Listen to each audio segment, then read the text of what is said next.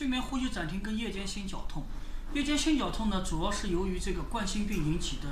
胸前、胸骨后面这块的一个胸闷、胸痛。实际上，它的内在原理呢是由于这个心脏急性缺血跟缺氧引起的。我们大家知道，这个打呼噜呼吸暂停，由于我们上气道发生了阻塞，发生阻塞之后，身体呢处于低氧的状态下，叫做低氧血症，引起了这个血压升高，心率加快，同时这个血液这个流体动力发生变化了，也加重了这个心脏的缺血跟缺氧，诱发跟加重了心绞痛的可能性，加重了心绞痛。然后呢，就是现在就是已经证实的是这个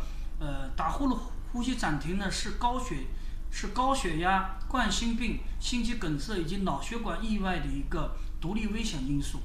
而且是临床上常见的猝死的原因之一。那就是如果说这个心绞痛跟鼾症同时存在的话呢，会大大影响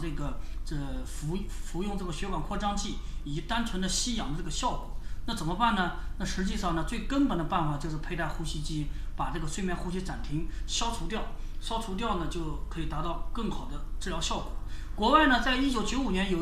有学者就专门做过一个调查，就是说10